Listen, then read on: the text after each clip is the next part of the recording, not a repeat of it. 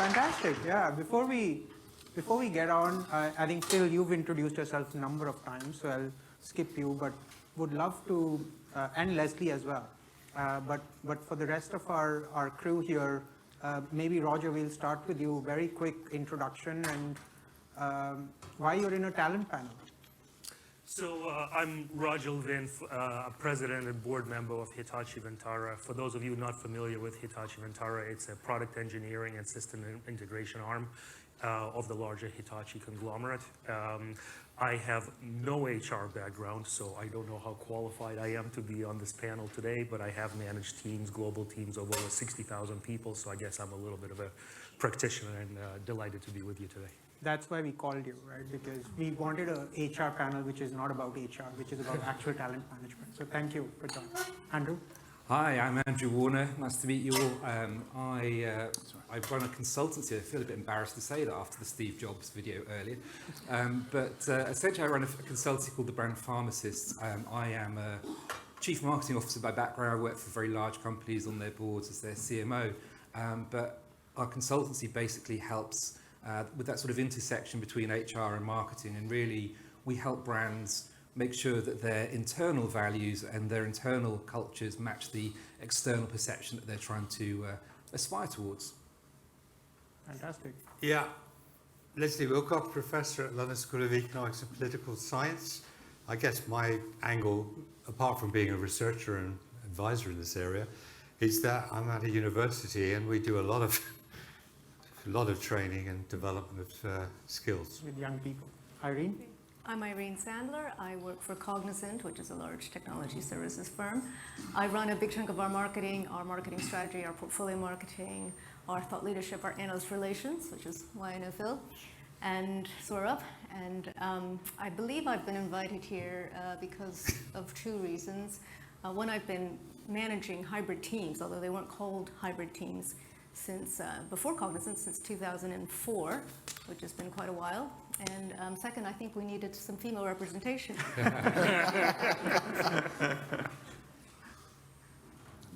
Shrikant Iyengar, I'm CEO for Workforce Development. This is the B2B business of a talent upskilling business called Upgrad, a global business headquartered in Mumbai. So we skill about 8 million people a year across 100 countries in the world. So I think that's why I'm on the panel, because skilling is integral to the employee experience. I've spent some time in the tech services space before, a lot of ex-colleagues in the room from Infosys and Capgemini, so good to be here. Yeah, and everybody knows Phil, but one thing that you might not know is he also leads our research around employee experience. So, so that's why he wanted to be a panelist, not just ask questions, but for a change, give some answers. So looking forward to this. Well, one thing that I wanted to talk about is, last year was all about this Great Resignation. There was these jaded employees saying, we want to change, we want to go somewhere else. We saw attritions at high levels, and it was an employee-led talent market. It wasn't, there's always this balance between employees and employers. Last year it was definitely employees. But I think this year it's something different. It's becoming almost like the Great Freak-Out, wherein you've got massive tech layoffs, you've got inflation, you've got back-to-office mandates, which are pretty much not really working. Hybrid workforce isn't about giving everybody a Zoom or a Teams license and saying this is now hybrid workforce. And we've not really figured it out, right? And there's a highly uncertain economic environment, so people might be sticking to their jobs just because they don't know where to go. But it's freakishly scary. And I think while our whole theme for today's summit is the three horizons, I think talent cuts across all those three horizons, whether you're at horizon 1, 2, or 3, or something else. Talent is the elephant in the room, and that's why it was important to have this discussion. The other elephant in the room is the layoffs. And I wanted all of you to sort of twiddle your thumbs a little bit more. And what is the real reason behind all these tech layoffs? I was just reading the news today. Even Accenture is laying off some people, right? We've seen SAP, we've seen Salesforce, we've seen Google, we've seen Meta, we've seen practically all these companies which had a boom during the pandemic starting to lay off people and in fairly 3-4% cuts in their workforce. So what's really behind it? And I'll have to come here to see this thing. Is it we were just over exuberant last year in hiring? Is there a slowdown? Is there a need for changing the skill mix, which we'll get into Shri? Is it just the opportunity to get rid of dead wood? Nobody will say anything right now, so get it done. Or is it maybe is the automation investment paying off, right? And we don't need as many people. So what's behind it? And it seems it's the fear of recession, slowdown, and over exuberant hiring. 39 tied. What do you guys think? You're the experts. Phil, I'll start with you. What's behind these tech layoffs? You know, on one hand, we are talking about the talent crunch, on the other hand, we are laying off people. Well, if you actually look at the numbers of layoffs in Silicon Valley, it's only about 10% of the total number of additions in the last couple of years. So overhiring during the pandemic, but also cost correction is hitting the tech sector, and it's gone completely across the industry in terms of all the big tech firms trying to pull back on investments, especially expensive people in California who don't come cheap, and opportunity to make some snips, and that sector is correcting a little bit. So overhiring. Roger, what do you think? I was in shocking conversations with customers in 21 that basically said to me that, listen, I have X dollars of digital transformation budget allocated to me, and I better spend it, because if I don't, I'm not going to get it next year. It's like I haven't had that kind of a conversation in 10 years prior. And I think a lot of it was driven by the urgency of transformation. I think these companies felt that if they don't transform, they'll be dead within 18 months or behind in 18 months. And I think that saw a disproportionate demand that was, not forever. I think it became very, very difficult to forecast demand, the velocity of it.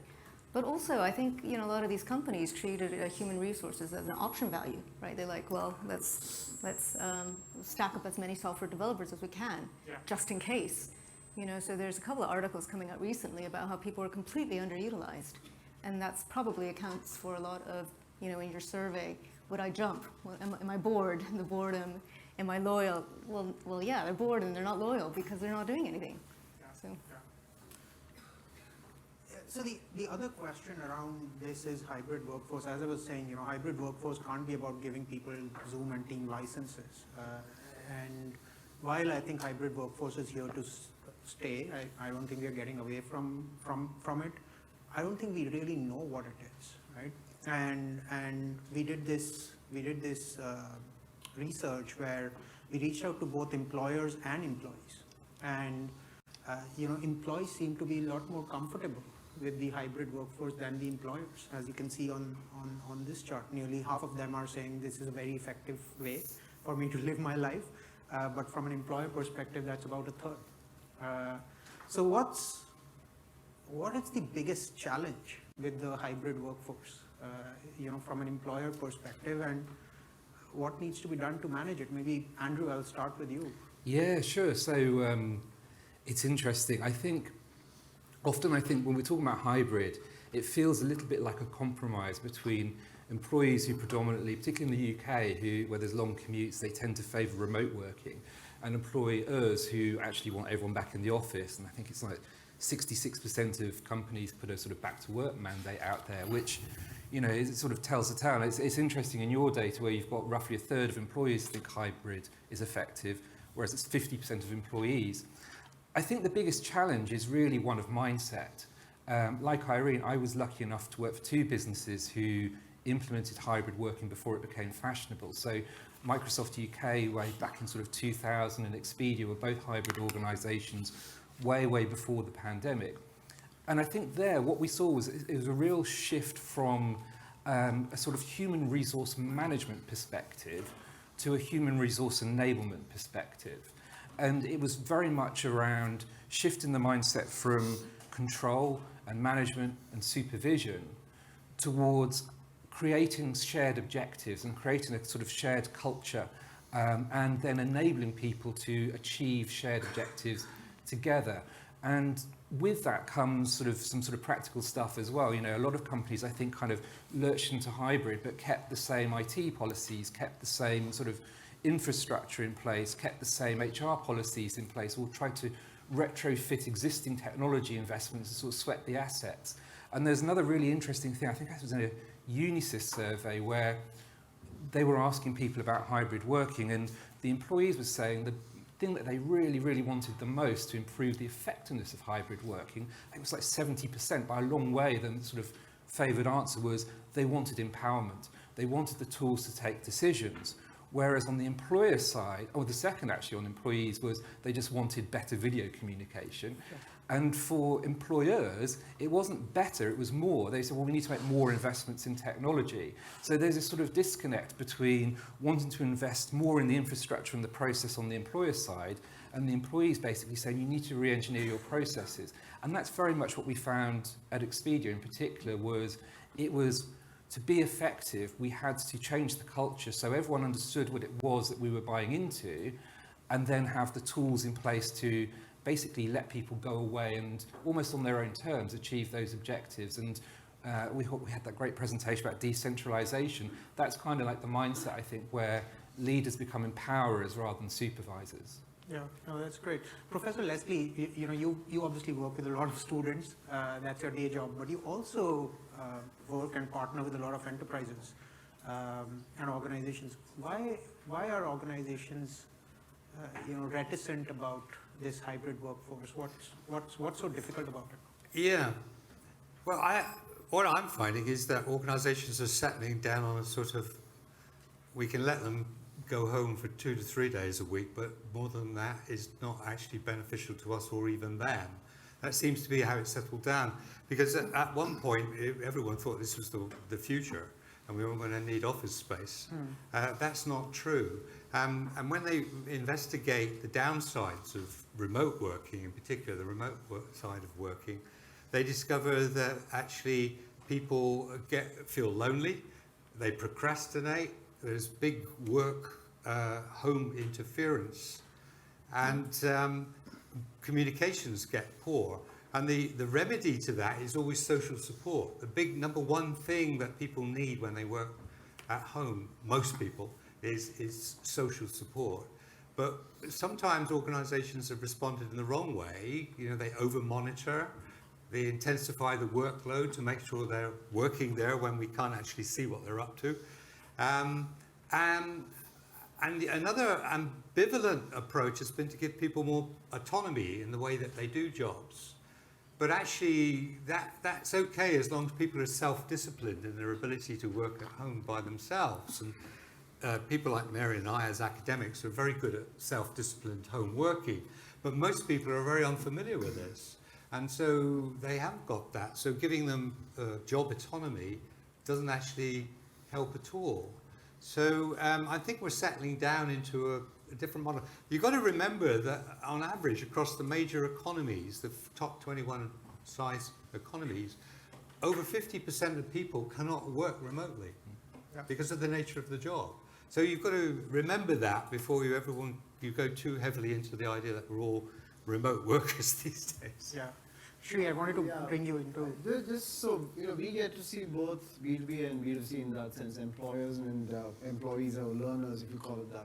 Look, we're in an industry where the average age is relatively low in that sense. So a lot of us who work in this industry are learning all the time. It's an industry that evolves. And traditionally, working environments have evolved with on-the-job training. You learn from watching others, collaborating with others in person. And hybrid just upends that equation completely. And I think there's a fundamental question for the industry as to how do you make sure that people are skilled, to spec, to be able to grow the way they would as they did in the past, right? And I think that's a question that sort of troubles employers. Will your workforce be as skill ready 10 years from now as they are today if you let them work remotely, because they're doing the job that they're doing today, but are they building the skills they need for tomorrow? I think that's another thing. And maybe a slightly controversial point, but I think our economy is not set up for hybrid working because global commercial real estate is one of the biggest investments that pension funds across the world have invested in. So there is a significantly large vested interest against hybrid working because the whole industry is going to disappear or reduce. And I think that also plays into the narrative, but naturally not very obviously. So, yeah. Yeah. Irene, what's been your experience of managing a hybrid team of sorts? Yeah, I think it's beyond skills. Skills is certainly one, and there are some skills you have to get a little bit granular. There are some skills that are easier to teach remotely.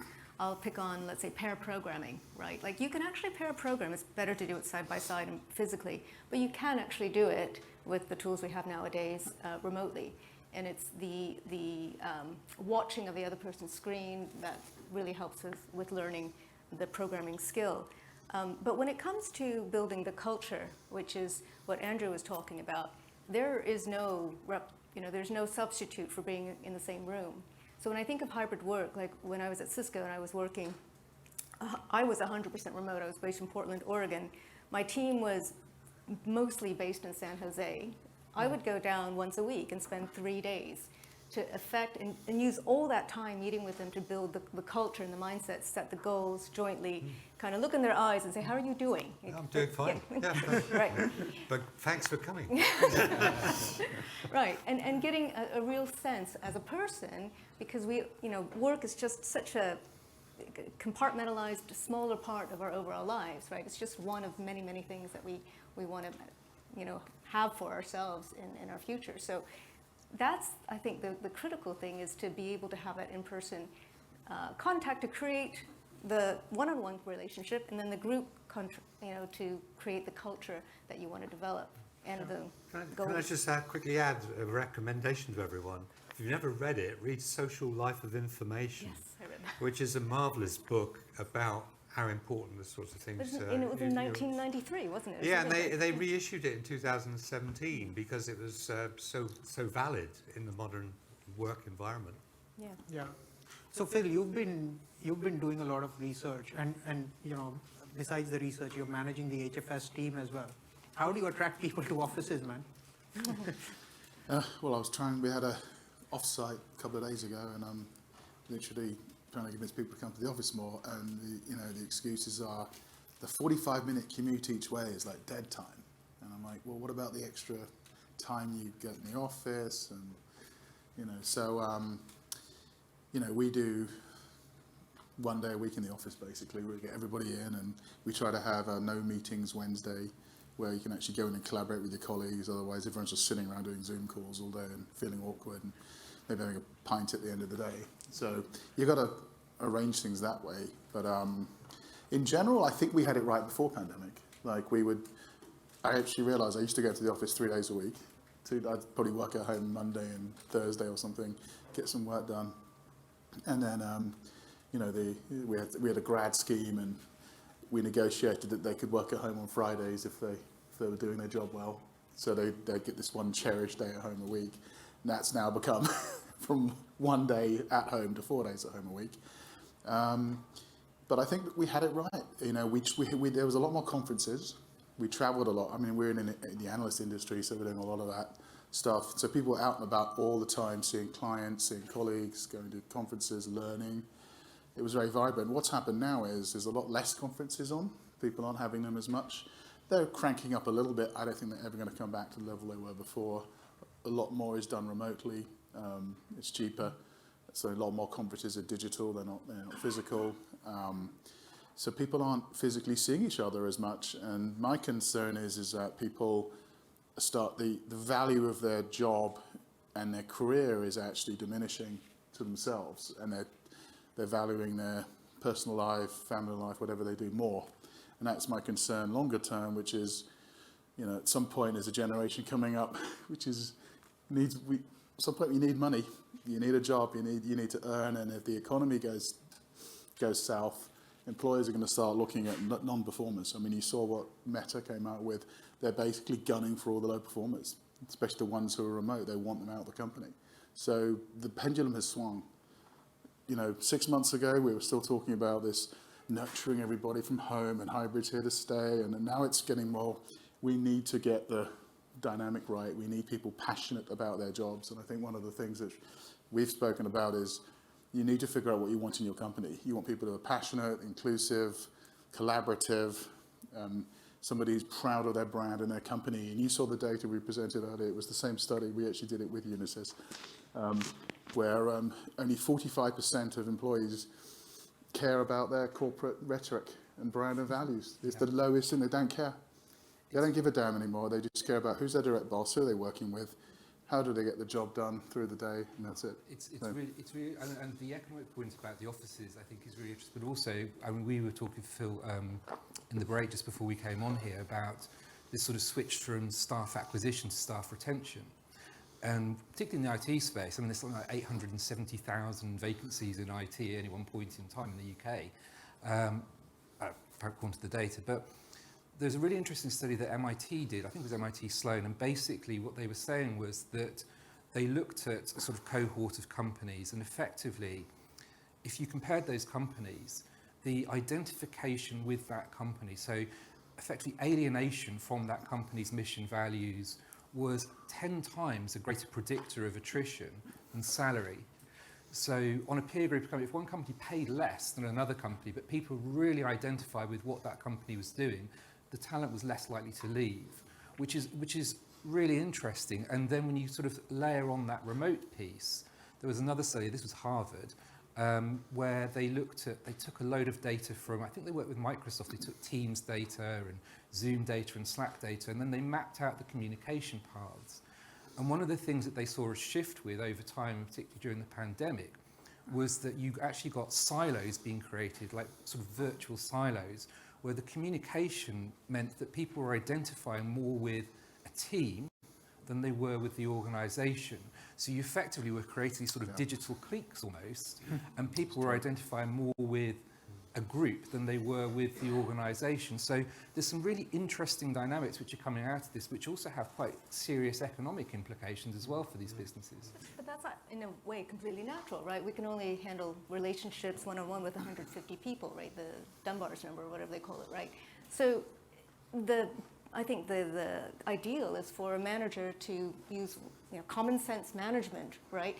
To create an environment, because at the end of the day, we just want to do interesting work with people we enjoy working with.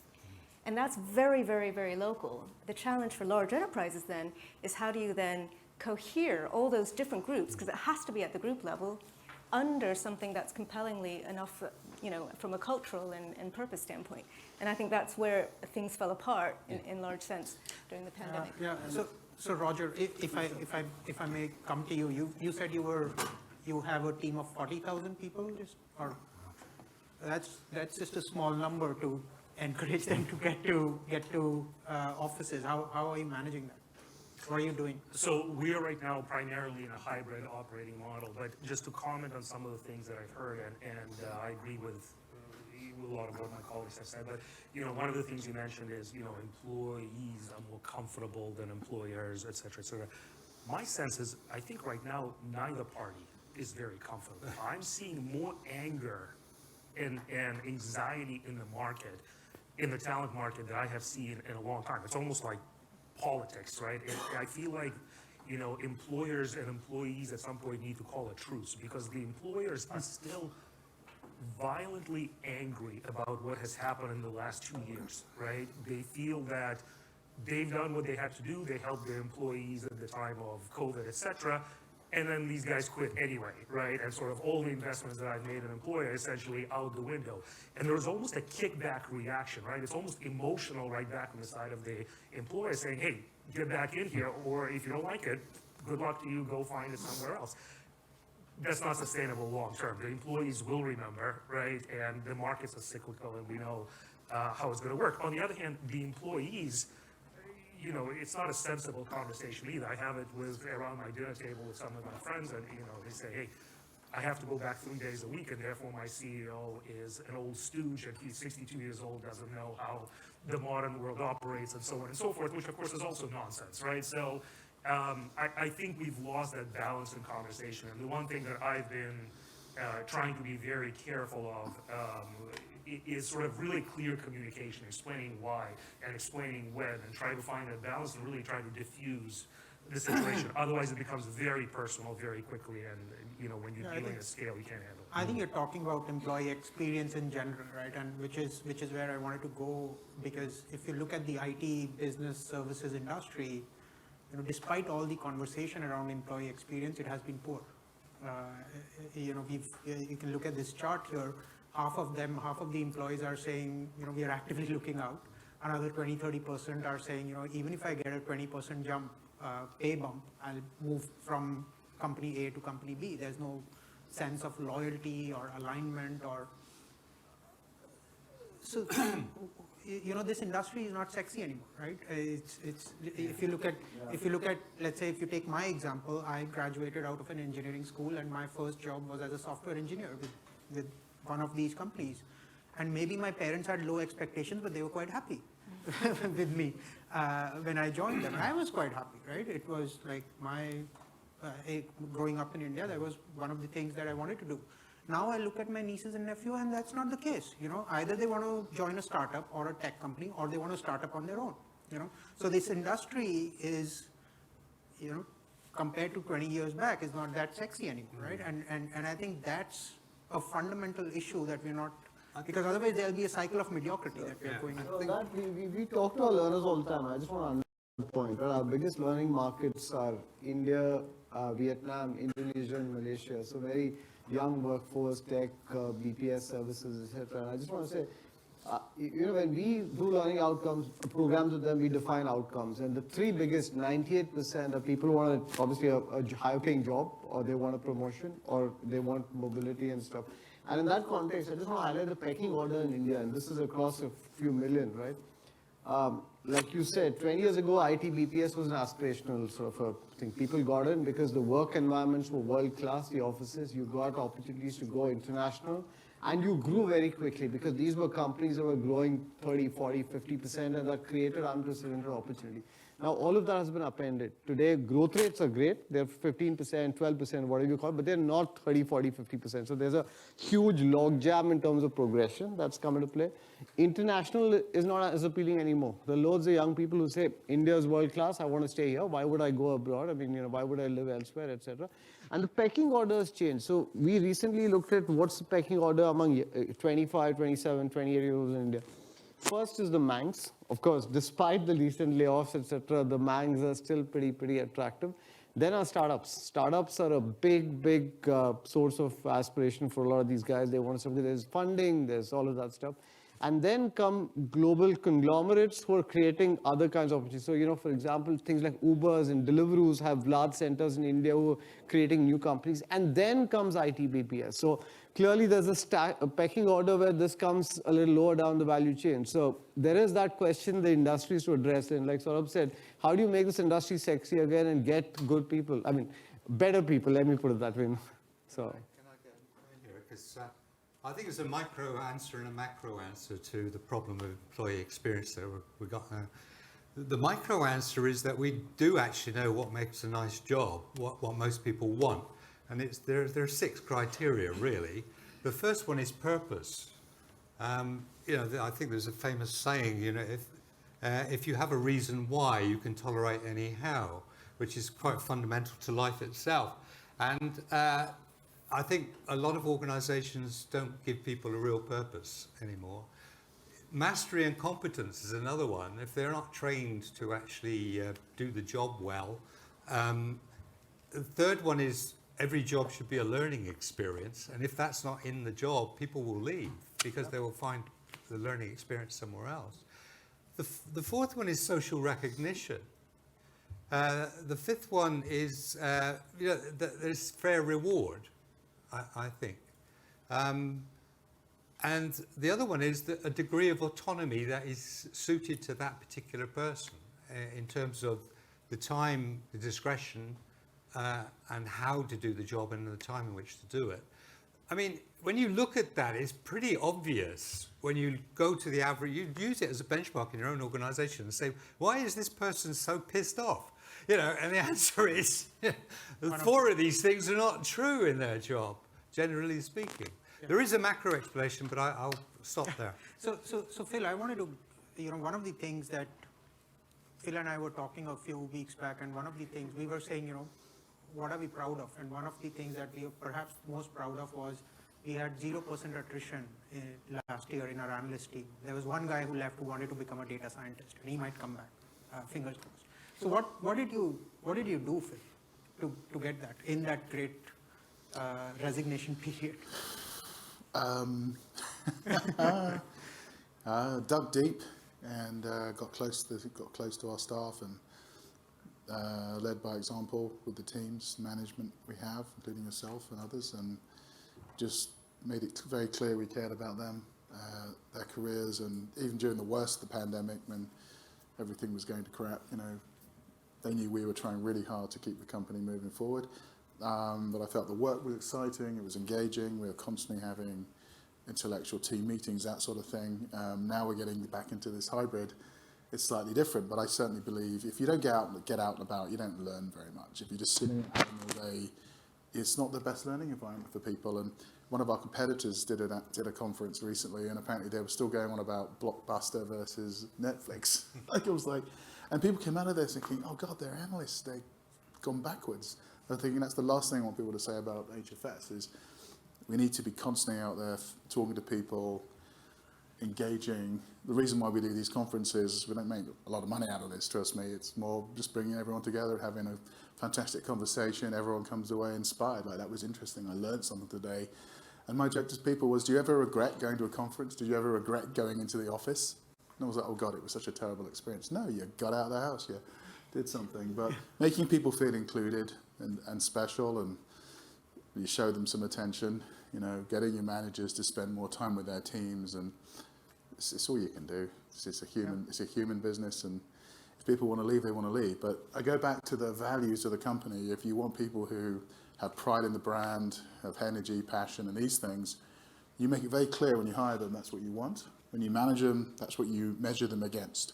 And if they're not showing passion, they're not meeting their numbers, or they're not doing their work, then you've got to have that conversation. So do you want to be here or not? And having honest, direct communications is true. I as a manager, learned to let my emotions more open with the company. If I was having a bad day, I think everyone knew it. Right? Whereas before, I was a bit more reserved. I'd just live in a little ivory tower somewhere and let other people deal with it. But being more open with your people, letting them know what pisses you off or makes you happy, and sometimes, having a culture that is a little informal. Obviously, there's boundaries. You've got to be a bit careful, but it really helps make people feel that they know where they work, and you build that trust with your staff. And then sometimes if you do have to let people go or something, everyone knows why. They knew why that person was moved on, because everyone could sense it wasn't a good fit. So having open, transparent communication and trust, if you can get to that point, you're in a good place. So Irene and Roger, I wanted to understand a little bit of, both of your companies are huge, right? It's just like, I feel like some of these companies shouldn't be called companies, they should be called countries, right? With the number of people that they have. But what are some, one or two big EX related initiatives that you guys are undertaking? So maybe I'll start. So the ironic part is in 2003, I joined the company that Irene now works for, and I spent 16 years with that incredible organization. And about a year into it, I was in my mid-20s. I was an engineer on an account, and I got promoted. I don't know if it's a promotion or not, to an account manager. It was a $1 million account. I was so happy. I was like a teenager with a brand new car. I called my mom and dad and I said, I'm now an executive, right? And I'm et cetera, et cetera. And of course it was completely absurd, right? This was a tiny account, and I don't know that it was strategic or not, but I genuinely felt like I was a CEO of that business. No matter how large or small it was, I felt like my organization gave me the autonomy to sort of do something with it. And that feeling persisted over the 16 years that I stayed with the organization, even as I was changing jobs, as my roles got bigger, sideways, whatnot, right? But I always felt that I had that empowerment. At Hitachi, one of the really exciting things, and there's been something said about purpose sort of in both directions, that employees don't necessarily care about the values, but on the other hand, purpose is important. I think purpose is critical. So in Hitachi, the purpose is really around improving the well-being and happiness of the global population through technology while respecting the planetary boundaries. And it sounds like a mouthful, and I'm a skeptic by nature, so I just sort of assumed that it was greenwashing and whatnot. But the reality is the company produces software and products that impact daily lives, that industrialize the world, conserve water, improve air quality, etc. And these are things that you can touch, you can smell. These are very sort of practical things. And it makes a difference with young employees when you hire. When you go to the universities, you can say, listen, you can be a generalist consultant, or you can take on a job that has this purpose. And it does bear a lot of attraction, and also unites parties that may not otherwise have a lot in common, because we have people in the company who build trains, and then we have people in the company who write software. So a united purpose, I think, is very important.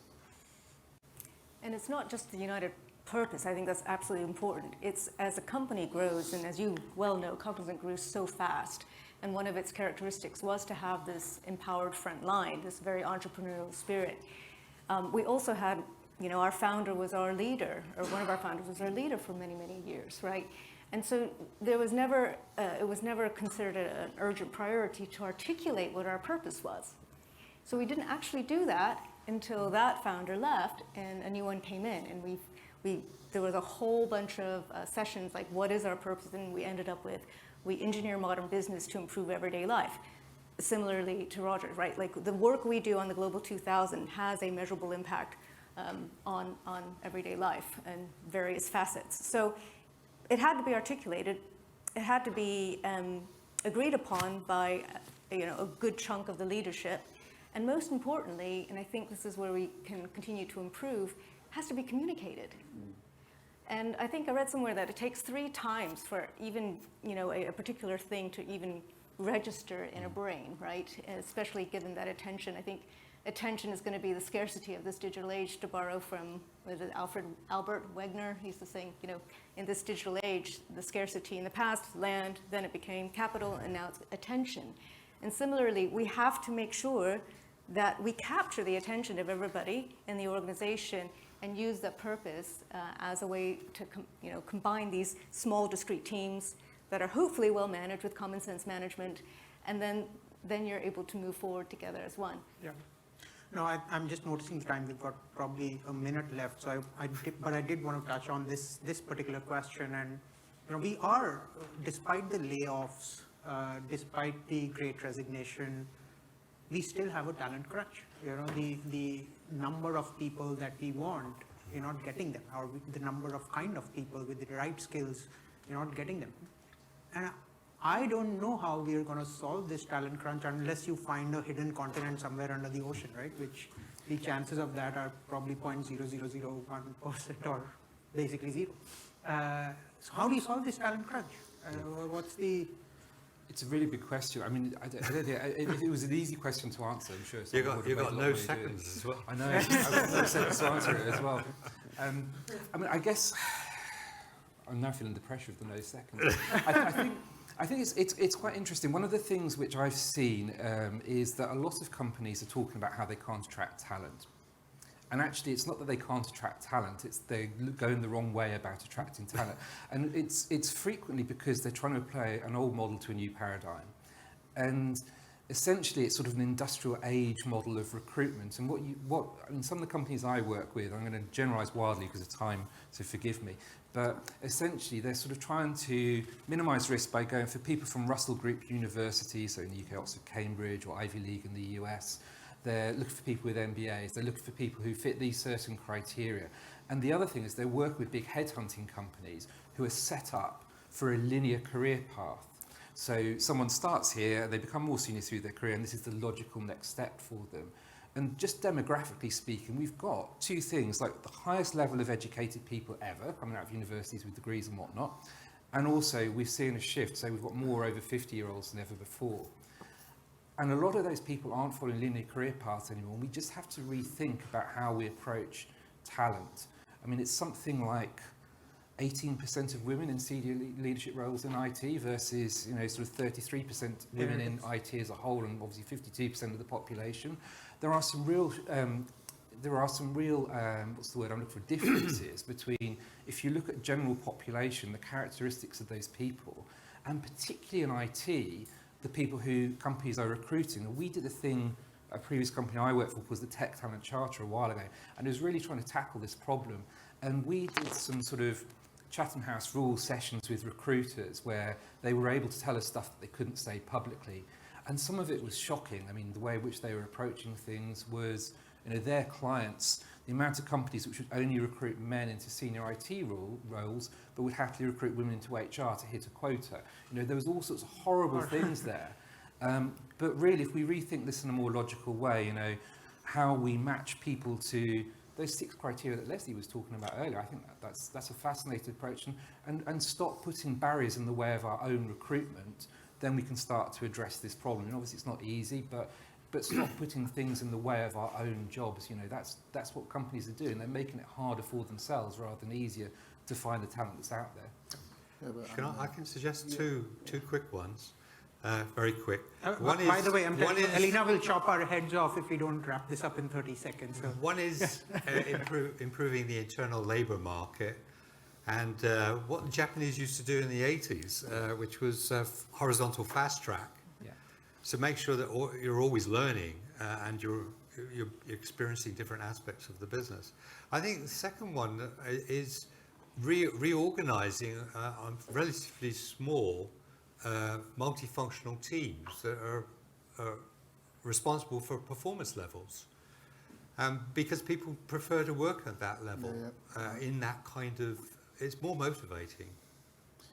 Yeah, there's also a lot of people, we've done a lot of hiring in the last 2 or 3 years, particularly in our industry, and there's a lot of people out there who want exorbitantly high salaries, don't like the idea of working for a disruptor. They want to go work with some buttoned-up corporate where they don't have to work very hard. I'm sorry to say this, but it's a big trait right now, and I know 3 or 4 people I'd love to hire. They've got the skill set, but they just don't want to roll their sleeves up and, So I'm going to take a specific example, and I'll take 30 seconds. Look, we're doing some programs with some of the SIs, because the only way you crack this problem is by expanding the talent pool. You cannot, and often what companies do is they hire to spec. You want a certain skill set, you hire.